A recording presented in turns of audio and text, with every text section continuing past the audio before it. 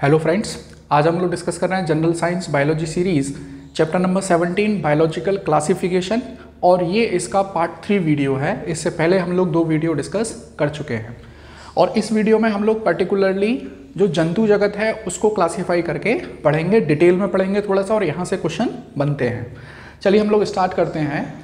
तो जो animal kingdom है उस एनिमल किंगडम को हमने 2 सब किंगडम में बांट दिया है। किंगडम क्या है? जगत, मतलब जो जंतु जगत है उसको 2 उप जगत में बांट दिया है।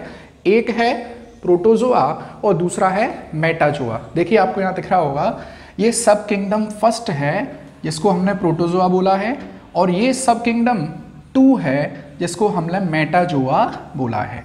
तो जंतु जगत के 2 उप जगत कर दिए हैं हम लोगों ने। ठीक है, अब हम लोग इसको धीरे धीरे पढ़ते हैं। तो जो सब किंगडम प्रोटोजोआ है उसमें हम लोग पढ़ते हैं यूनिसेलुलर और यूकैरियोटिक प्रकार के जो जीव जंतु हैं उनको पढ़ते हैं। यूकैरियोटिक क्या है? जिसमें केंद्रक विकसित होता है, मतलब केंद्रक होगा, केंद्रक झिल्ली होगी और उसकी जो कोशिका है वो पूर्ण रूप से सही काम कर रही होगी। प्रोकैरियोटिक कोशिका में केंद्रक विकसित नहीं होता है और एक कोशिकीय है, मतलब यूनिसेलुलर है। एक ही कोशिका के अंदर सभी काम होंगे, उसका भोजन ग्रहण करना, सांस लेना, रिप्रोडक्शन करना, ये सब का सब काम एक ही सेल के अंदर होगा। प्रोटोजोआ में जो जीव हैं वो हैं यूनिसेलुलर और यूकैरियोटिक। अब एक चीज़ देखिए, जैसे अमीबा के बारे में हमने देखा था, अमीबा की एक कोई निश्चित आकार नहीं होता है और अमीबा को चलने फिरने के लिए कुछ स्पेशल स्ट्रक्चर की ज़रूरत पड़ती है जिनको बोलते हैं सीलिया और फ्लैजेला। ऐसे समझिए कि मान लो जैसे हमने यहाँ पे एक एग्जाम्पल लिखा है पैरामीशियम। ये पैरामीशियम है, इस पैरामीशियम की आकृति होती है जैसे हमारी जो चप्पल है उसका जो सोल है उसकी आकृति का होता है पैरामीशियम। और पैरामीशियम पर कुछ ऐसी ऐसी संरचनाएं सीलिया प्रकार पाए जाते हैं, सीलिया और फ्लैजेला पाए जाते हैं जो इनके आवागमन में हेल्प करते हैं, जो एक जगह से दूसरी जगह जाने में हेल्प करते हैं। क्वेश्चन क्या बनेगा कि सीलिया और फ्लैजेला किस में पाए जाते हैं? तो प्रोटोजोआ में पाए जाते हैं। ये सिंपल छोटे छोटे से क्वेश्चन बनेंगे इसमें। चलिए फिर हम लोग बात करते हैं भोजन का पाचन, डाइजेशन ऑफ फूड। अब देखिए कोशिका एक ही है, एक ही कोशिका में जहां पर जाकर फूड स्टोर हो जाएगा उसको बोलते हैं रिक्तिका। आप लोग कोशिका वाले वीडियो पर जाएं, वहां पर मैंने कोशिका के अंदर पाए जाने वाले विभिन्न स्ट्रक्चर की स्टडी की है। तो वहां पर रिक्तिका एक सेल के अंदर ही एक सेल के अंदर ही एक छोटा सा एरिया है या बैग है जिसके अंदर कोई चीज स्टोर होती है, उसको बोलते हैं वैक्यूल्स या रिक्तिका। तो अमीबा और प्रोटोजोआ जो ऑर्गेनिज्म है उनमें भोजन का पाचन जिस जगह पर होगा उसको बोल रहे हैं रिक्तिका, वैक्यूल्स हम लोग उसको बोलते हैं। और इनमें दोनों प्रकार का रिप्रोडक्शन प्रोसेस पाई जाती है, सेक्सुअल एंड एसेक्सुअल। एसेक्सुअल तो पढ़ा है हम लोगों ने, बाइनरी फिजन करते हैं। और इनमें ये जो इकोलाई है, ट्राइपेनोसोमा है, लेशमीनिया है, ये सेक्सुअल प्रकार का रिप्रोडक्शन भी कर सकते हैं। इस पर कोई विशेष क्वेश्चन नहीं बनेगा। अब देखिए कि प्रोटोजोआ में अगर मैं एग्जाम्पल की बात करूं तो अमीबा, पैरामीशियम। अच्छा एक चीज़ और देखिए कि यहाँ पर बहुत सारे ऑर्गेनिज्म के नाम हम लोग सुनेंगे, उनमें से जो मोस्ट इंपॉर्टेंट है उनके लिए एक अलग वीडियो मैं आपके लिए बनाऊंगा। उसमें हम लोग पढ़ेंगे इंपॉर्टेंट ऑर्गेनिज्म या इकोनॉमिकली इंपॉर्टेंट ऑर्गेनिज्म, या ऐसे बना सकते हैं कि डिजीज कॉजिंग ऑर्गेनिज्म। ठीक है, वो हम लोग अलग से एक वीडियो में पढ़ेंगे। Amoeba, paramecium, Plasmodium. अब जैसे प्लाज्मोडियम है, प्लाज्मोडियम आप लोग जानते होंगे, ये जो मलेरिया जो फैलाता है यही प्लाज्मोडियम है। प्लाज्मोडियम की कई सारी स्पीसीज हैं, plasmodium ovale, plasmodium malariae, plasmodium falciparum. तो इनको हम लोग अलग से पढ़ेंगे, यहाँ पर डिस्कस नहीं करते, नहीं तो वीडियो ये बहुत बड़ा हो जाएगा। तो देखिए ऑर्गेनिज्म के नाम आप लोग 1-2 बार पढ़ेंगे तो आपको सही रहेगा। Plasmodium, leishmania, E coli. ये इकोलाई वही है जो बड़ी आंत में विटामिन B12 के अवशोषण को बढ़ा देता है, ये इकोलाई। फिर है यूगलीना। ये यूगलीना आप लोगों ने बहुत जगह पढ़ा है, यूगलीना हमने प्रोटिस्टा में भी पढ़ा था। यूगलीना क्या है? एक तरह से एनिमल और प्लांट के बीच की कनेक्टिंग लिंक है, क्योंकि यूगलीना में क्लोरोफिल पाया जाता है तो ये अपना भोजन खुद बना सकता है। तो ये जो यूगलीना है इसीलिए इसको ग्रीन प्रोटोजोआ भी कहते हैं। इंपॉर्टेंट है, क्वेश्चन बन चुका है कि which of the following organism is known as green protozoa.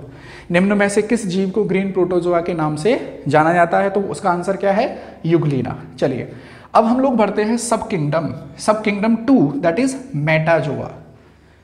Protozoa हमने कंप्लीट कर लिया, इसके में इतने ही ऑर्गेनिज्म आते हैं। अब आते हैं हम लोग मेटाजोआ। मेटाजोआ में क्या होगा कि मल्टी सेलुलर होंगे, बहुकोशिकीय जीव और यूकैरियोटिक प्रकार की कोशिकाएं इसमें पाई जाती हैं।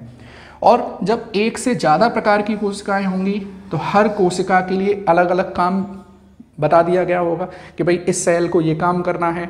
जैसे घर में जब ज़्यादा मेंबर होते हैं तो बता देते हैं कि भाई तुमको राशन का काम करना है, तुमको सफाई का काम करना है। सेम वे में जब किसी जीव के अंदर बहुत सारी कोशिकाएं पाई जा रही हैं तो उसके अंदर लेबर डिवीज़न, श्रम का विभाजन कर दिया जाता है। चलिए अब देखिए, इस सब किंगडम मेटाजोआ को हम लोगों ने फिर 9 संघों में बांट दिया है, 9 फाइलम में बांट दिया है। अब देखिए, species, genus, family, order, class, phylum, division, kingdom, ये सब चीज़ हम लोग इससे पहले वीडियो में हम लोग डिस्कस कर चुके हैं। ये एक्चुअल में क्लासिफिकेशन की हिरार्की है, स्पीसीज से लेकर और किंगडम उच्चतम स्तर पर आता है। कोई कन्फ्यूज़न है तो इससे पहले का वीडियो आप लोगों को देखना चाहिए, ठीक है। अब देखिए, हम लोग सब किंगडम मेटाजोआ में पहला फाइलम को हिंदी में बोलते हैं संघ, संघ पोरीफेरा को स्टडी करते हैं। अब इन फाइलम्स की कुछ ना कुछ इंपॉर्टेंट कैरेक्टरिस्टिक्स होंगी, वो इंपॉर्टेंट कैरेक्टरिस्टिक ही और जो क्वेश्चन बन चुके हैं वही मैं यहाँ पर डिस्कस करूँगा। नहीं तो ये चैप्टर बहुत बड़ा है, मैं बार बार यही कह रहा हूँ कि ये चैप्टर बहुत बड़ा है। हमको अपने एग्जाम के पॉइंट ऑफ व्यू से जो इम्पोर्टेंट है, और जो ऐसा भी ना हो कि केवल फैक्ट हम लोग पढ़ रहे हैं, तो थोड़ा सा डिटेल भी हम लोग साथ में लेके चल रहे हैं। देखिए, संघ पोरीफेरा नाम से पता चल रहा है, पोरीफेरा मतलब इसमें पोर पाए जाते हैं, इसमें छोटे छोटे छिद्र पाए जाते हैं। जब छोटे छोटे छिद्र पाए जाएंगे इसका मतलब पानी इनके अंदर जा सकता है। ये फाइलम पोरीफेरा देखिए आप लोग, ये सब के सब खारे पानी में पाए जा रहे हैं। खारे पानी का मतलब क्या हो गया? खारे पानी का मतलब हो गया समुद्र में पाए जा रहे हैं। और जो समुद्र की चट्टानें होती हैं उनसे ये चिपके रहते हैं और पानी को अवशोषित करते रहते हैं। चलिए, पानी को अवशोषित कर लेते हैं, इसीलिए इसको क्या बोलते हैं? स्पंज भी बोलते हैं। पानी को अवशोषित कर लेने की क्षमता के कारण किसको स्पंज बोला जाता है? पोरीफेरा संघ को स्पंज बोला जाता है। चलिए अब देखें, इनमें कंकाल पाया जाता है। कंकाल का मतलब कि इसकी स्ट्रक्चर को बनाए रखने के लिए अंदर इसके कुछ कंकाल पाया जाता है। अब एक पॉइंट देखें, इसके ऑर्गेनिज्म जो हैं, मान लीजिए कुछ ऐसी स्ट्रक्चर है उनकी, तो एक जो छिद्र है उससे पानी अंदर जाएगा और दूसरे छिद्र से पानी बाहर निकलेगा, तो उन छिद्रों का नाम दे दिया गया है ऑस्टिया। अब देखो, हिंदी और इंग्लिश में कोई फर्क नहीं, ये नाउन है। हम लोग हिंदी में इसको ऑस्टिया बोलेंगे, इंग्लिश में भी इसको ऑस्टिया बोलेंगे। तो जहां भी मैंने इंग्लिश लिखा है तो जो नाउन है उसकी हिंदी और इंग्लिश एक समान रहती है। यह है ऑस्टिया और यह है ऑस्क्यूलम। पूछ लिया जाएगा क्वेश्चन कि ऑस्टिया और ऑस्कुलम किसकी विशेषता है? तो फाइलम पोरीफेरा की विशेषता है। अब देखिए, कुछ इंपोर्टेंट एग्जाम्पल देख लेते हैं, स्पॉन्जिला और यू स्पॉन्जिया। जहां भी स्पॉन्ज शब्द मिल जाए समझ लीजिए वो फाइलम पोरीफेरा को डिनोट कर रहा है। स्पॉन्जिला और यू स्पॉन्जिया, और यू स्पॉन्जिया को ही बोलते हैं बाथ स्पॉन्ज, मतलब जो नहाने के काम आते हैं उस तरह के स्पंज। तो ये था मेरा पहला फाइलम पोरीफेरा। अब आते हैं हम लोग सेकंड, फाइलम सीलेंट्रेटा। अब देखिए, ये जो सीलेंट्रेटा है, हिंदी में भी इसको ऐसे ही लिखेंगे, सीलेंट्रेटा। तो हिंदी और इंग्लिश में यहाँ पर कोई फर्क नहीं है। तो फाइलम सीलेंट्रेटा की क्या विशेषता है भाई? पहले वो समझ लीजिए कि इनकी जो आकृति है वो बेलनाकार है। जैसे बेलन की आकृति होती है वैसी इनकी आकृति है, और इनका जो पूरा का पूरा शरीर है अंदर से खोखला है, मतलब एक ट्यूब जैसे मान लीजिए कोई पाइप है, पाइप के अंदर कुछ भी और कोई स्ट्रक्चर नहीं है, तो वैसी ही स्ट्रक्चर इनकी है, सेम ऐसी ही स्ट्रक्चर इनकी है। फिर अगर मैं इसके एग्जाम्पल देखूं, हाइड्रा बहुत स्पेशल है इसमें एग्जाम्पल। हाइड्रा हमने पढ़ा है कहाँ पर? जब हम लोग टाइप ऑफ रिप्रोडक्शन की बात कर रहे थे, जनन के प्रकार की बात कर रहे थे, तो वहाँ पर हमने हाइड्रा को पढ़ा था। हाइड्रा बडिंग प्रोसेस के द्वारा, मुकुलन क्रिया के द्वारा अलैंगिक प्रकार का जनन करता है। हाइड्रा में एक और विशेषता है कि हाइड्रा में नर्वस सिस्टम तो है लेकिन उसके अंदर ब्रेन नहीं है। तो ऐसे समझ लीजिए कि हमें अगर किसी व्यक्ति को बोलना है कि तेरे अंदर दिमाग नहीं है तो उसको बुरा लग जाएगा। उसको बोल दीजिए कि भाई तू हाइड्रा है। हाइड्रा का मतलब क्या हुआ कि उसके अंदर दिमाग नहीं है। याद रखना है, हाइड्रा के अंदर ब्रेन नहीं पाया जाता है। दूसरा है जेलीफिश, सी एनीमोन और सी पेन। और एक पॉइंट देखो, हम लोग सीलेंट्रेटा को ऐसे याद रख लेंगे कि इन सीलेंट्रेटा में इनके ऊपर कैल्शियम का कंकाल पाया जाता है, कंकाल, कैल्शियम का कंकाल है, और अंदर इसके ये खोखली सी ट्यूब नुमा स्ट्रक्चर हमको मिलती है। इनके ऑर्गेनिज्म के नाम आपको याद रखने हैं, जो इंपोर्टेंट थे वही मैंने आप लोगों को यहाँ लिखवाए हैं, ठीक है। कैल्शियम का बाह्य कंकाल है, और कोरल जिसको हम लोग मूंगा बोलते हैं वो इसी फाइलम का जीव है, मूंगा, कोरल। अब आते हैं हम लोग तीसरे फाइलम प्लेटीहेल्मिन्थस। प्लेटी का मतलब होता है पिचका हुआ, ऐसे समझ लीजिए पिचका हुआ, प्लेटीहेल्मिन्थस। अब प्लेटीहेल्मिन्थस की क्या कहानी है देखिए, कि ये द्विलिंगी हैं, बाइसेक्सुअल हैं, मेल और फीमेल ऑर्गन्स जो सेक्स ऑर्गन है वो एक ही जीव के अंदर पाए जा रहे हैं। तो निषेचन कैसा हो गया, इंटरनल हो गया। और इसके बारे में इंपोर्टेंट बात क्या, कि इनके उत्सर्जन के लिए एक अलग से कोशिका बनाई गई है। अब एक चीज़ देखो, यहाँ पर तो यूनिसेलुलर थे, यहाँ से मल्टीसेलुलर हुए हैं। मल्टीसेलुलर में हम लोग जब पहुँचे फाइलम प्लेटीहेल्मिन्थस पर, तो यहाँ पर उत्सर्जन करने के लिए एक विशेष कोशिका बनाई गई, और उस कोशिका का नाम क्या था, फ्लेम सेल। ये क्वेश्चन बनता है कि फ्लेम सेल किस संघ की विशेषता है, तो याद रखना फाइलम प्लेटीहेल्मिन्थस। और फाइलम प्लेटीहेल्मिन्थस का एग्जाम्पल है प्लेनेरिया। क्या है, प्लेनेरिया। ये प्लेनेरिया, और दूसरा है फ्लैट वर्म जिसको हम लोग बोलते हैं फीता कृमि। प्लेटीहेल्मिन्थस का exam P for platyhelminthes and P for planaria. और मैंने प्लेटी का मतलब बताया था पिचका हुआ, ठीक है। अब आते हैं फाइलम एस्क्लेहेल्मिन्थस, या इसको बोलते हैं निमेटोड्स। एस्क्लेहेल्मिन्थस को हिंदी में भी ऐसे लिखेंगे, एस्क्लेहेल्मिन्थस। तो हिंदी और इंग्लिश में आपको घबराने की जरूरत नहीं है। फिर देखिए निमेटोड्स इसी का एग्जाम्पल है। एस्क्लेहेल्मिन्थस को हम लोग निमेटोड्स बोल सकते हैं, और निमेटोड्स का हिंदी मतलब होता है सूत्रकृमि। सूत्र का मतलब होता है जो गोल गोल स्ट्रक्चर है उसको सूत्र बोल देते हैं। तो गोल कृमि, राउंड वर्म जो होगा वो इसका एग्जाम्पल है। फाइलम एस्क्लेहेल्मिन्थस को ही बोलते हैं निमेटोड्स, और निमेटोड्स को हिंदी में बोलते हैं सूत्र, और सूत्र का मतलब हो गया राउंड, तो राउंड वर्म इसका एग्जाम्पल हो गया। फिर देख लीजिए कि इनमें जो नर्वस सिस्टम है उस नर्वस सिस्टम को बोल रहे हैं यहाँ पर गैंग्लियन। जो इंपोर्टेंट चीज़ें हैं वो तो याद रखनी पड़ेंगी। जैसे यहाँ पर थी फ्लेम सेल, यहाँ पर तंत्रिका तंत्र को क्या बोल रहे हैं, गैंग्लियन बोल रहे हैं। उसका एग्जाम्पल एस्केरिस, या इसको बोलते हैं हम लोग राउंड वर्म। ये जो एस्केरिस है ये एक्चुअली में सूगर के मांस में ज़्यादा पाया जाता है। तो जो स्वाइन, दूसरा वाउचेरिया, वाउचेरिया से होती है फाइलेरियासिस या एलिफेंटियासिस। एलिफेंटियासिस बीमारी क्या है और इसमें इसका क्या रोल है, इसको हम लोग एक अलग चैप्टर में पढ़ेंगे। यहाँ पर केवल ऑर्गेनिज्म के एग्जाम्पल और उनकी विशेषताओं के बारे में पढ़ रहे हैं। तो देखिए फाइलम एस्क्लेहेल्मिन्थस का एग्जाम्पल मैंने बताया, राउंड एस्केरिस को ही राउंड वर्म बोलते हैं। दूसरा है वाउचेरिया, इसको बोलते हैं फाइलेरियासिस कॉज करता है, और एलिफेंटियासिस कॉज करता है। चलिए अगला देखते हैं हम लोग, phylum Annelida. Phylum Annelida important है। एनीलिडा की क्या कैरेक्टरिस्टिक है वो समझिए। साफ पानी में भी मिलता है, समुद्री जल में भी मिलता है, और धरातल पर भी मिलता है। इसका एक एग्जाम्पल से आप लोग थोड़ा सा याद रख पाएंगे, केंचुआ। फाइलम एनीलिडा का एग्जाम्पल है केंचुआ। केंचुआ आप लोगों ने देखा होगा, पानी में भी रहता है और धरातल पर भी रह सकता है। शरीर लंबा है, पतला है और खंडों में विभाजित है। एनीलिडा की यह खासियत है कि जो जीव होते हैं उनका पूरा जो शरीर की लंबाई है वो छोटे छोटे खंडों में बटी रहती है, डिविजन्स में बटी रहती है। ब्लड सर्कुलेटरी सिस्टम पाया जाता है। उत्सर्जन हेतु किडनी पाई जाती है। यहाँ पर उत्सर्जन के लिए फ्लेम सेल, देखो धीरे धीरे ऑर्गेनिज्म का डेवलपमेंट हो रहा है। ऊपर फ्लेम सेल, यहाँ पर गैंग्लियन नर्वस तंत्रिका तंत्र में, और यहाँ पर उत्सर्जन हेतु किडनी विकसित हो गई है धीरे धीरे। देखिए हमारे जो वर्गीकरण करने का उद्देश्य था वो भी यही था कि एक जीव से दूसरे जीव की उत्पत्ति हुई कैसे है, उसका विकास कैसे हुआ, यही तो हमको पढ़ना है वर्गीकरण में। और इसीलिए हम लोगों ने कंपैरेटिव यहाँ पर पढ़ा है ताकि पता चलता रहे कि कहाँ से किसमें क्या विकास हुआ है। तो देखिए सर्कुलेटरी सिस्टम आ गया है, और एक्सक्रीशन उत्सर्जन हेतु किडनी बन गई है। और अब श्वसन देखो, श्वसन या तो गीली त्वचा से होगा, केंचुए को आप लोग कंसीडर करिए, वो गीली त्वचा से डिफ्यूजन के माध्यम से ऑक्सीजन को अंदर लेता है, परासरण के माध्यम से ऑक्सीजन को अंदर लेता है, या उसकी त्वचा पर कुछ विशेष छिद्र पाए जाते हैं जिसको बोलते हैं क्लोम, CLOAM। क्लोम द्वारा ये सांस लेता है, और कुछ टाइट सी स्ट्रक्चर उसके शरीर के बाहर मिलती हैं, उनको बोलते हैं सीटे। इनको बोलते हैं सीटें, जो उसको आवागमन में हेल्प, देखो पैर तो होते नहीं है इनके, तो उन्हीं के माध्यम से थोड़ा सा हिल डुलते हैं ये, उसको बोलते हैं सीटें।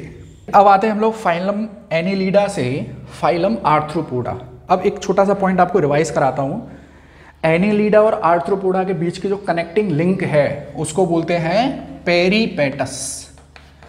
पेरीपेटस ये कनेक्टिंग लिंक है, एनीलिडा और आर्थ्रोपोडा के बीच की कनेक्टिंग लिंक है पेरीपेटस। और आर्थ्रोपोडा जंतु जगत का सबसे बड़ा संघ है, सबसे बड़ा वर्ग है, ऐसे समझिए। जैसे पेड़ पौधों के अंदर जो थैलोफाइटा है वो सबसे बड़ा है, ऐसे ही जीव जंतु के अंदर जो आर्थ्रोपोडा है वो सबसे बड़ा वर्ग है। अब देखिए फाइलम आर्थ्रोपोडा में जो जीव हैं उनके शरीर को 3 भागों में स्पष्ट रूप से बांट सकते हैं, हेड, देन ये चेस्ट एंड देन एब्डोमेन, सिर, वक्ष और उदर। एक एग्जाम्पल से बताता हूँ, जैसे आप लोगों ने कॉकरोच देखा होगा, कॉकरोच का सिर, फिर वक्ष, उसकी छाती वाला एरिया और उसका पेट वाला एरिया। तो हम लोग आर्थ्रोपोडा के ऑर्गेनिज्म को 3 भागों में बांट सकते हैं, सिर, वक्ष और उदर। अब देखिए इनके सिर पर, यहाँ पे एक चीज और क्लियर कर दूं, सिर पर 2 संरचनाएं पाई जाती हैं। एक तो मिलेगी कंपाउंड आई। कंपाउंड आई का मतलब क्या है कि उसकी आंख चारों ओर देख सकती है, हमारी आंख तो केवल आगे और थोड़ा सा एंगल में देख सकती है। कॉकरोच और चींटियों की जो आंखें होती हैं वो कंपाउंड आई होती हैं। और एंटीना पाए जाते हैं, भाई देखिए कंपाउंड आई पाई जाती है और एंटीना पाए जाते हैं। कितने एंटीने पाए जाते हैं? 2 एंटीने पाए जाते हैं। तो सिर पर 2 स्ट्रक्चर हैं, कंपाउंड आई और एंटीना, ठीक है। फिर आता है वक्ष और फिर आता है उदर। अब एक चीज देखिए, वक्ष वाले हिस्से में 3 जोड़ी पैर पाए जाते हैं। 3 जोड़ी पैर का मतलब हो गया टोटल 6। ऐसे समझिए कि हमारे पास ये कॉकरोच है, कहाँ बनाऊं, मान लो ये कॉकरोच है, ये हो गया सिर वाला हिस्सा, ये हो गया वक्ष वाला हिस्सा और ये हो गया उदर। तो यहाँ वक्ष वाले हिस्से पे ऐसे पैर पाए जा रहे हैं 3 जोड़ी, ये रहे। तो टोटल कितने हो गए? 6 हो गए। तो देखिए यहाँ पर 3 जोड़ी पैर पाए जाते हैं, टोटल 6 पैर पाए जाते हैं। जो फाइलम आर्थ्रोपोडा में कीट है, जो कीड़े हैं, उनको समझिए। अब इसी में एक और क्लास बनती है जिसको बोलते हैं मकड़ी की क्लास। मकड़ी के अंदर क्या होता है, उनके वक्ष में 4 जोड़ी टांगे पाई जाती हैं। कितनी? 4 जोड़ी। तो टोटल कितने हो गए? 8 टांगे हो गई। जो कीड़े हैं, जो कीट हैं, उनमें 6 टांगे और जो मकड़ी है उसमें 8 टांगे होती है। और मकड़ी वाली श्रेणी में कौन आ रहा है भाई? यह है अरेक्निडा। इसमें आते हैं टिक। टिक होते हैं जो गाय भैंसों के किलीली पड़ जाती हैं। माइट्स होते हैं खटमल, समझिए खटमल, इसको बोलते हैं माइट्स। तो टिक और माइट्स जो हैं उनमें 8 पैर पाए जाते हैं और जो कीड़े हैं, जो कीट हैं, उनमें 6 पैर पाए जाते हैं। चलिए अब हम लोग आते हैं, इनकी विशेषता क्या है कि इनकी जो टांगें हैं वो जुड़ी हुई हैं, जॉइंटेड अपेंडेजेस पाए जाते हैं। जॉइंटेड का मतलब क्या है, जैसे आप लोग किसी मच्छर को देखिए तो उसकी मच्छर की जो टांगें हैं वो जुड़ी, ऐसा लगता है कि 2 हिस्सों को जोड़ा गया है। तो जुड़े हुए उपांग हैं। श्वसन क्लोम के द्वारा होगा या लंग्स के द्वारा होगा, फेफड़े बनना स्टार्ट हो गए हैं। उत्सर्जन के लिए क्या पाया जा रहा है? Green gland. अब देखिए यहाँ पे थी फ्लेम सेल, यहाँ पे थी किडनी और यहाँ पर आ गया दोबारा से ग्रीन ग्लैंड आ गया। तो ये यही चीज़ याद रखनी है कि ग्रीन ग्लैंड किसका हिस्सा है, फ्लेम सेल किस में पाई जाती है, इस तरह से याद रखना है, ठीक। और मेलफिजियन ट्यूब्यूल्स, ये तो विशेष तौर पर पूछा गया क्वेश्चन है कि मेलफिजियन ट्यूब्यूल्स किस संघ की विशेषता है, तो फाइलम आर्थ्रोपोडा की विशेषता है। तंत्रिका तंत्र विकसित है, नर्व रिंग्स पाई जाती है, मतलब तंत्रिका कोशिकाएं आपस में मिल मिलकर एक रिंग टाइप की स्ट्रक्चर बना लेती हैं। चलिए अब हम लोग देखते हैं इसके और एग्जाम्पल क्या क्या है। देखिए कॉकरोच, बिच्छू, मकड़ी, मच्छर, रेशम कीट, मधुमक्खी, टिड्डा, दीमक, चींटी, झींगा, मछली। अब एक चीज़ देखना आप लोग, ये है, इसके नाम के पीछे आ रहा है मछली, लेकिन है ये किसका हिस्सा? कीड़ों का हिस्सा है, आर्थ्रोपोडा का हिस्सा है।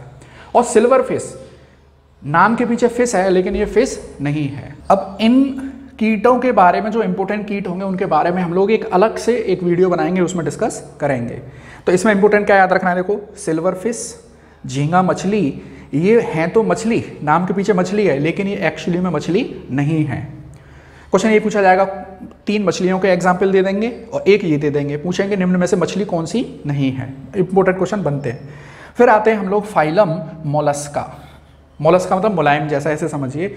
और ये मोती भी बनाते हैं, मोती पैदा करने वाला जो जीव है वो मोलस्का के अंदर ही आता है। M for Mollusca, M for मोती, ऐसे याद रखिए। समुद्री जीव है, इसका कठोर का उसके जो शरीर के बाहर का जो आवरण है वो बहुत कठोर है, उसके अंदर मुलायम इसका शरीर पाया जाता है। उत्सर्जी पदार्थ क्या है? अमोनिया है। भाई पानी में रहने वाले जितने भी जीव हैं वो सबके सब अमोनिया को ही उत्सर्जी पदार्थ के रूप में निकालते हैं। इसके एग्जाम्पल देखो, सिप्रिया, जो कौड़ी की हम जो बात करते हैं, कौड़ी वो यही है, 2 कौड़ी का आदमी बोलते हैं ना ऐसे, कौड़ी वो ये है। डोरिस, समुद्री नींबू, और लास्ट में है ऑक्टोपस, जिसको बोलते हैं डेविल फिश। ऑक्टोपस देखा होगा आप लोगों ने, ऑक्टोपस मोलस्का का एक हिस्सा है जिसको डेविल फिश बोला जाता है। देखो यहाँ भी नाम के पीछे फिश है, लेकिन ये एक्चुअली में फिश नहीं है। अब आते हैं हम लोग फाइलम इकाइनोडर्मेटा। फाइलम इकाइनोडर्मेटा सभी के सभी क्या हैं? समुद्री जीव हैं। कौन कौन से? पहले एग्जाम्पल से समझ लो। स्टार फिश, नाम के पीछे फिश आ रहा है लेकिन फिश नहीं है। ब्रिटल स्टार, एंटीडोन और समुद्री खीरा। अब एक चीज़ देखना आप लोग, ये समुद्री खीरा है और ये समुद्री नींबू है। क्वेश्चन बनेंगे इस पर कि समुद्री नींबू किसका है, समुद्री खीरा किसका है। तो आप लोग 2-3 बार इस वीडियो को देखेंगे तो सारी चीज़ें क्लियर हो जाएंगी। फिर आते हैं हम लोग फाइलम कॉर्डेटा। कॉर्डेटा क्या होता है इसको समझिए कि जिन जीवों के अंदर जो मेरुदंड है वो पाया जाता है उसको बोलते हैं कॉर्डेटा, और जिसके अंदर नहीं पाया जाता उसको बोलते हैं नॉन कॉर्डेटा। अब ये इससे पहले के जितने भी हैं, देखो यहाँ से 8, 7, 6, 5, 4, 3, 2, 1, ये सब, इनमें कोई भी मेरुदंड नहीं पाया जा रहा, तो सब के सब क्या है? Non chordate. जिसके अंदर पाया जाएगा उसको बोलेंगे कॉर्डेटा, फाइलम कॉर्डेटा। ठीक, अब देखिए फाइलम कॉर्डेटा की फिर हम लोगों ने 4 क्लास बना दी हैं। मछली, मत्स्य, फिर एम्फीबिया, उभयचर, फिर रेप्टाइल, सरीसृप, पक्षी, और फिर बना दिए मैमल्स। देखें यहाँ से 1, 2, 3, 4 और 5 इनकी क्लास हमने बना दी है, वर्ग इनके बना दिए हैं। चलिए फिशेस, मछली वर्ग की अगर हम लोग बात करें, भाई देखो मछली है, पानी में ही रहेगी, पानी में तैरेगी, सांस लेने के लिए क्या मिलेगा? गिल्स पाए जाएंगे, सांस लेने के लिए गिल्स पाए जाएंगे। और जो मछलियां बहुत समुद्र की गहराइयों में भी पाई जाती हैं तो उनमें पाया जाता है स्विम ब्लैडर, वायु की थैली, ताकि सांस लेने में उनको दिक्कत ना हो। अब एग्जाम्पल देखिए, फाइलम कॉर्डेटा की जो पहली क्लास है फिशेस, जिसको मत्स्य वर्ग बोलते हैं, ये एक्चुअली में ट्रू फिश हैं, ये सब की सब ट्रू फिश हैं। सी हॉर्स, समुद्री घोड़ा, ठीक है, hippocampus, dog fish, cat fish, lung fish, sucker fish, torpedo, rohu, catla, ये सब की सब एक्चुअल फिश हैं, ट्रू फिश हैं। अब ऐसे याद रखिए आप लोग, जो ट्रू फिश हैं उनके नाम याद रखिए। इनके अलावा जो भी फिश आएंगी वो सब की सब नॉन फिश हैं। जैसे सिल्वर फिश है, यहाँ पर झींगा मछली है, ये सब के सब फिश नहीं है। एक्चुअली में ट्रू फिश हैं वो ये हैं। तो जिस भी जानवर के नाम के पहले लग जाए सी या फिश लग जाए तो वो समझ लीजिए वो एक्चुअल फिश है। जैसे डॉग फिश आप देख रहे होंगे, dog fish, cat fish, sea horse, है ना। फिर देखें हम लोग जैसे टाइगर फिश, हम लोग देखें स्कॉर्पियन फिश। ये जानवर के नाम के पीछे अगर फिश लग रहा है तो वो ट्रू फिश है, ऐसे याद रखिए, सिंपल सा। इनके अलावा जो कुछ है वो सब नॉन फिश हैं, वो सब फॉल्स फिश हैं। आप लोग इसको ऐसे याद रख सकते हैं कि हमारे पास एक घोड़ा है, घोड़े पर सकर फिश, सकर फिश का मतलब होता है जो चिपक जाती है, घोड़े से सकर फिश चिपक गई है। घोड़े के ऊपर पीठ पर डॉग फिश और कैट फिश बैठे हुए हैं। घोड़ा तेजी से दौड़ता है तो उसके लंग्स जो हैं वो फूल जाते हैं, लंग फिश हो गई। और उसके ऊपर जो बैठा हुआ राइडर है, जो घुड़सवार है, वो उसके ऊपर टॉर्पीडो, टॉर्पीडो का मतलब होता है जो चाबुक चलाता है, वो चाबुक चला रहा है। और उसके पीछे टाइगर पड़ा हुआ है, टाइगर फिश। और उस घोड़े को किसी बिच्छू ने काट लिया है तो स्कॉर्पियन फिश। आप लोग ऐसी स्टोरी बनाएंगे तो इन सब फिश को याद रख लेंगे। चलिए अब हम लोग आते हैं क्लास एम्फीबिया, उभयचर। ये ऐसे प्राणी हैं जो जिनका लार्वा तो पानी में रहता है और जब बड़े हो जाते हैं तो धरती पर आ जाते हैं। जब इनका लार्वा पानी में रहता है तो सांस लेने के लिए क्लोम का यूज़ करता है, त्वचा के द्वारा सांस लेता है। और जब बड़ा हो जाता है तो फेफड़े आ जाते हैं। याद रखना, मछली में गिल्स पाए जाते हैं, फ्रॉग के अंदर, और जो मेंढक है उसके अंदर फेफड़े नहीं, गिल्स नहीं पाए जाते हैं, उसके अंदर फेफड़े पाए जाते हैं। ठीक है, अब देखिए उभयचर वर्ग वो पहला वर्ग है जिसमें जीभ पाई जाती है। इससे पहले मछलियाँ या जो भी हैं उनमें जीभ नहीं पाई जाती है। एग्जाम्पल फ्रॉग, एम्फीबिया का एग्जाम्पल क्या बन गया? फ्रॉग आ गया। और एम्फीबिया के अंदर 3 चैम्बर्ड हार्ट पाया जाता है, 3 उनके हार्ट जो है वो 3 चैम्बर में बटा हुआ रहता है। अब देखो एक इंपॉर्टेंट चीज़ और रह गई मछली वर्ग में, वो इंपॉर्टेंट चीज़ क्या है? देखो एनाड्रोमस और कैटाड्रोमस, ऐसी मछलियां, ध्यान से सुनना इंपॉर्टेंट है, क्वेश्चन बना है ये पीसीएस एग्जाम में। एनाड्रोमस वो हैं जो समुद्री पानी से, खारे पानी से मीठे पानी की ओर जाती हैं प्रजनन करने के लिए। एनाड्रोमस क्या है? जो खारे पानी से मीठे पानी, मतलब समुद्र से नदी में जाते हैं प्रजनन करने के लिए। और कैटाड्रोमस वो हैं जो नदी से समुद्र में जाती हैं प्रजनन करने के लिए। उल्टा है, एनाड्रोमस का मतलब है कि समुद्र से नदी की ओर, समुद्र से नदी की ओर, और कैटाड्रोमस का मतलब है कि नदी से समुद्र की ओर। ठीक है, कैटाड्रोमस। अब आते हैं हम लोग रेप्टाइल्स पर। रेप्टाइल्स वो हैं जो रेंग के चलते हैं, जैसे सांप, छिपकली, मगरमच्छ, कछुआ। कछुआ रेप्टाइल्स वर्ग में आता है, याद रखना है हमको। और इनका हड 3 चैम्बर्ड होता है। रेप्टाइल वर्ग का जो हड है वो 3 चैम्बर्ड होता है। अब एक चीज़ और मैं आपको बताऊं क्लियर, फिश और एम्फीबिया के बीच की जो कनेक्टिंग लिंक है वो है लंग फिश। ये जो लंग फिश है वो फिशेज और एम्फीबिया के बीच की कनेक्टिंग लिंक है। अब देखिए, रेप्टाइल्स में जो हड है वो 3 चैम्बर्ड है, लेकिन क्रोकोडाइल के अंदर एक्सेप्शनली 4 चैम्बर्ड हड पाया जाता है, 4 कोष्ठकीय हृदय पाया जाता है। फिर आते हैं हम लोग एव्स पर, पक्षी वर्ग पर। पक्षी वर्ग के बारे में क्या खासियत है कि भाई ये आगे के जो पैर होते हैं वो पंखों में रूपांतरित हो जाते हैं। जैसे ऐसे समझिए कि हमारे जो आगे के ये हाथ हैं ये पंखों में बदल जाए तो हम उड़ना शुरू कर देंगे। पक्षियों में जो हाथ हैं वो किस में रूपांतरित हो गए? पंखों में। और इनकी जो हड्डियां होती हैं वो छिद्र युक्त होती हैं, उनमें हवा भरी रहती है, मतलब खोखली हड्डियां होती हैं जो हल्की होती हैं, जिससे उड़ने में सहायता मिलती है। ठीक, इनका उत्सर्जी पदार्थ है यूरिक एसिड। इनका उत्सर्जी पदार्थ यूरिक एसिड। रेप्टाइल्स के अंदर भी उत्सर्जी पदार्थ यूरिक एसिड है। ठीक है, अब देखिए रेप्टाइल्स और एव्स के बीच की कनेक्टिंग लिंक है आर्कियोप्टेरिक्स। आपको याद होगा आर्कियोप्टेरिक्स जो एक फॉसिल है, जो जीवाश्म है, जिसमें सरीसृप और पक्षी वर्ग दोनों के ही गुण पाए गए हैं। फिर आते हैं हम लोग मैमल्स पर। अब मैमल्स की बात आते ही सीधे से सबसे बड़ी कैरेक्टरिस्टिक है कि मादा में स्तन ग्रंथि पाई जाती है जो शिशु को स्तनपान कराती है। शरीर पर बाल पाए जाते हैं और हड्डियां, ठोस हड्डियां पाई जाती हैं। पक्षियों में कैसी हड्डियां हैं? खोखली हड्डियां हैं। अब इन मैमल्स को ही हमने 2 श्रेणी में बांट दिया है, प्रोटोथीरिया और थीरिया। प्रोटोथीरिया वो हैं जो अंडे देने वाले मैमल्स हैं। अंडे देने वाले स्तनधारी जीव को बोलते हैं प्रोटोथीरिया। और इसमें कौन आता है? इसमें आता है प्लेटिपस और इकाईडीना। ये बहुत इंपॉर्टेंट नाम है कि अंडे देने वाले स्तनधारी का नाम बताइए। प्लेटिपस वो है पेरीपेटस, तो कंफ्यूजन नहीं होना चाहिए, प्लेटिपस। थीरिया में जो शिशु को जन्म देते हैं। और थीरिया को फिर 2 भागों में बांट दिया है हमने, मेटाथीरिया और यूथीरिया। मेटाथीरिया क्या है? कंगारू के अंदर एक थैली पाई जाती है। ये क्या होता है कंगारू में कि ये अपने अविकसित शिशु को जन्म देते हैं, जो शिशु है पूरा डेवलप नहीं हो पाता है। फिर इसको अपने वो मार्सुपियल थैली जो होती है उसमें छुपा के रखते हैं। जब वो डेवलप हो जाता है तब उसको बाहर निकाल देते हैं। वो होते हैं मेटाथीरिया। और यूथीरिया वो हैं जो एकदम फुली डेवलप्ड शिशु को जन्म देते हैं, जैसे मैमल्स, हम हैं, चमगादड़ है, ये सब ऐसे मैमल्स हैं, ऐसे स्तनधारी जीव हैं जो एकदम पूर्ण विकसित शिशु को जन्म देते हैं और उसको स्तनपान कराते हैं। जैसे कुत्ता है, बिल्ली है, गाय है, भैंस है, चमगादड़ है, ये सब के सब यूथीरिया है। तो देखिए फ्रेंड्स, ये था पूरा डिटेल एक्सप्लेनेशन जंतु वर्गीकरण के बारे में। तो आप लोगों के लिए मैं एक सुझाव देता हूं कि इस वीडियो को पहले आप लोग एज सच देखिए, सेकंड टाइम जब आप लोग वीडियो को वॉच करें तो इसके ऐसे ही नोट्स बनाइए जिस तरीके से मैंने इसको बनाया। आप लोग बड़ा पेपर लीजिए, A4 साइज से बड़ा साइज का जो पेपर आता है उसको लीजिए और उस पर सेम इसी पैटर्न पर आप लोग नोट्स बनाइए ताकि लंबे समय तक आप लोग याद रख सकें। अगर आप इसको पैराग्राफ में लिखेंगे तो समझ में नहीं आने वाला है, ऐसी पॉइंट वाइज इसको पढ़िए, समझ में आएगा और लंबे समय तक आप लोगों को याद रहेगा। तो देखिए, ये जो वीडियो क्लास है ये कॉम्पिटिटिव एग्जाम के लिए, like PCS exam, SIC CGL exam और जो बाकी के एग्जाम्स हैं उनमें ज़्यादातर क्वेश्चन इस वजह से नहीं बनते क्योंकि ये थोड़ा सा ज़्यादा दिमाग चाहता है। तो ठीक है, हर एग्जाम का एक अलग सिनेरियो होता है क्वेश्चन पूछने का। टेट और CTET में इतना अच्छा नहीं पूछा जाएगा, वहाँ तो बस ऊपर सुपरफिशियल पूछते हैं। अगर आप लोग विशेष रूप से स्टेट एग्जाम, UPSC एग्जाम और CGL मेंस की तैयारी कर रहे हैं तो डेफिनेटली आपको इससे फ़ायदा होगा। और जो क्लास 11th के बच्चे हैं यूपी बोर्ड के, या जो बायोलॉजी पढ़ना चाहते हैं ठीक से, उनके लिए ये वीडियो बहुत ही बेनिफिशियल है।